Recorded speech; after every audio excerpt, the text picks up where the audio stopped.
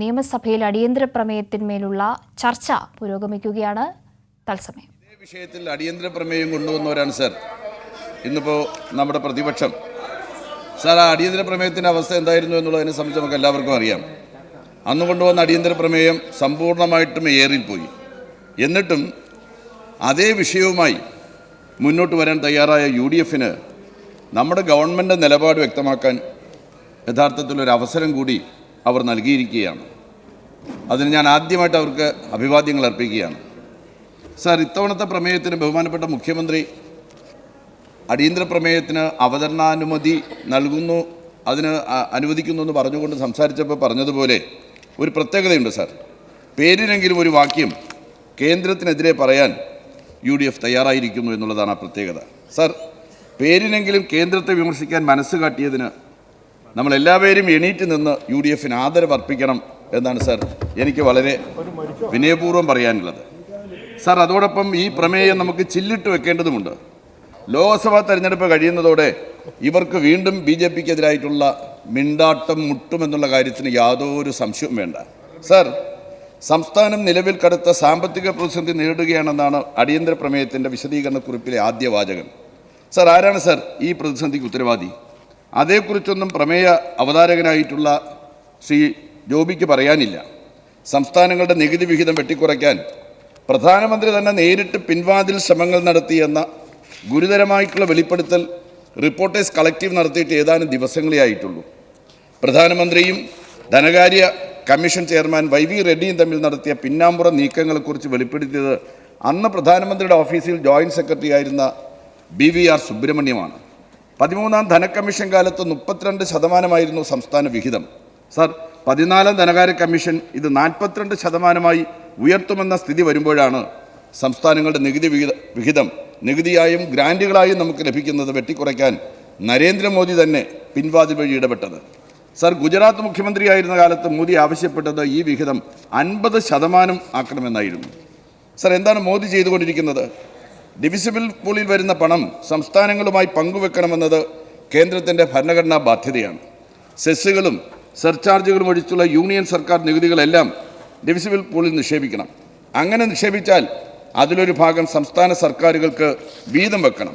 അതിനെ മറികടക്കാൻ മോദി കണ്ട വഴി എന്താണ് സാർ? സെസ്സിൻ്റെയും സർചാർജിൻ്റെയും എണ്ണവും പിരിവും വർദ്ധിപ്പിക്കുക. അപ്പോഴത് സംസ്ഥാന സർക്കാരുകളുമായി പങ്കുവെക്കേണ്ട കാര്യമില്ല.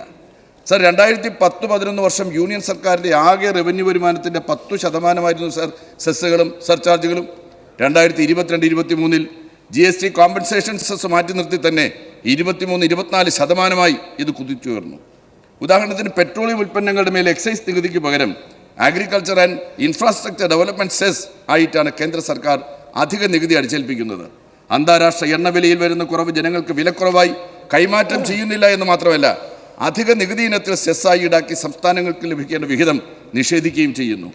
23-24 ബഡ്ജറ്റ് കണക്കുകൾ പ്രകാരം 33,60,858 കോടി രൂപയാണ് കേന്ദ്ര സർക്കാർ പിരിക്കുന്ന ആകെ നികുതി. സാർ, ഇതിൽ സെസ്സുകളും സർചാർജുകളും 23% എന്ന മിതമായ കണക്കെടുത്താൽ എത്ര രൂപ വരും സാർ? 7,73,000 കോടി രൂപ. 10% പാടുള്ളൂ എന്നതാണ് തത്വം. എന്ന് വെച്ചാൽ 4,37,000 കോടി രൂപയും കൂടി അധികമായി ഡിവിസിബിൾ പൂളിൽ കൂടുമായിരുന്നു. ഇതിൻ്റെ 41% സംസ്ഥാനങ്ങൾക്കുള്ളതാണല്ലോ സാർ. അതെത്ര വരും? 1,80,000 കോടി രൂപ. ഇതിൽ ഇപ്പോഴത്തെ ധനകാര്യ കമ്മീഷൻ വിഭജന പ്രകാരം അങ്ങനെ നോക്കിയാൽ പോലും 1.9% കേരളത്തിന് കിട്ടണമല്ലോ സാർ. അതെത്ര വരും? 3,500 കോടി രൂപ. കേരളത്തിന് അർഹമായ ഈ പണം കിട്ടാതെ പോകുന്നതിൽ പ്രതിപക്ഷത്തിന് എന്തെങ്കിലും തരത്തിലുള്ള വേവലാതിയുണ്ടോ? അവരുടെ വർത്തമാനത്തിൽ എന്തെങ്കിലും തരത്തിലുള്ള വേവലാതി നമുക്ക് കാണാൻ വേണ്ടി കഴിയുന്നുണ്ടോ സാർ? കേന്ദ്രാവിഷ്കൃത പദ്ധതികളുടെ സംസ്ഥാന വിഹിതം ഗണ്യമായി ഉയർത്തിയും കേന്ദ്ര സംസ്ഥാനങ്ങളെ ദ്രോഹിക്കുകയാണ്. സാർ, കേന്ദ്രാവിഷ്കൃത പദ്ധതികളെ 3 വിഭാഗങ്ങളാക്കി അവരിപ്പോൾ മാറ്റി സാർ. കോർ ഓഫ് കോർ പദ്ധതികൾ, കോർ പദ്ധതികൾ, ഓപ്ഷണൽ എങ്ങനെ 3 വിഭാഗങ്ങളായി. ആകെ 28 പദ്ധതികൾ സാർ. എന്നാൽ ഓരോ പദ്ധതിയുടെയും ഉപഘടകങ്ങൾ വേറെയുണ്ട്. ആകെ പദ്ധതികളിൽ 27% മാത്രമാണ് കോർ ഓഫ് കോർ വിഭാഗത്തിലുള്ളത്. ഇതിൽ മാത്രമാണ് കേന്ദ്ര സർക്കാരിൻ്റെ വിഹിതം പഴയ രീതിയിൽ തുടരുന്നത്. ബാക്കി 73% കേന്ദ്രാവിഷ്കൃത പദ്ധതികളിലും സംസ്ഥാനങ്ങളുടെ വിഹിതം ഗണ്യമായി കൂട്ടി സാർ. ഇതിൻ്റെ ഫലമായി സംസ്ഥാനങ്ങൾക്കുള്ള അസൽ കേന്ദ്ര കൈമാറ്റം ഗണ്യമായി കുറഞ്ഞു. സംസ്ഥാന സർക്കാരുകളുടെ പരിമിതമായ വിഭവം കേന്ദ്രം ആവിഷ്കരിക്കുന്ന ഈ പദ്ധതികളിൽ കുടുങ്ങിക്കിടക്കുന്ന സ്ഥിതിയാണ് സാർ എന്നുള്ളത്. കേന്ദ്രാവിഷ്കൃത പദ്ധതികളുടെ നടത്തിപ്പും ധനക്കൈമാറ്റവുമെല്ലാം സംസ്ഥാനങ്ങളുടെ അധികാരത്തിലും സ്വാതന്ത്ര്യത്തിലുമുള്ള നഗ്നമായ കടന്നുകയറ്റമായി മാറുകയും ചെയ്തു സാർ. സംസ്ഥാനങ്ങളോട് യൂണിയൻ ഗവൺമെൻറ് സ്വീകരിക്കുന്ന ഈ പൊതുവിഭജനത്തിന് കെടുതികൾ കൂടാതെ ഏതാണ്ട് ഉപരോധം പോലെ വിഭജനമാണ് കേരളം നേരിടുന്നത്. അതൊന്നും സംസ്ഥാനത്തെ പ്രതിപക്ഷത്തിനോ അടിയന്തര പ്രമേയ അവതാരകനോ പ്രശ്നമേ അല്ല. 2023-24 സാമ്പത്തിക വർഷം നവംബർ മാസം വരെയുള്ള CNAGയുടെ താൽക്കാലിക കണക്കുകൾ പുറത്തു വന്നിട്ടുണ്ട് സാർ. എത്രയാണ് കേരളത്തിൻ്റെ വിഹിതം, എത്രയാണ് UPയുടെ വിഹിതം?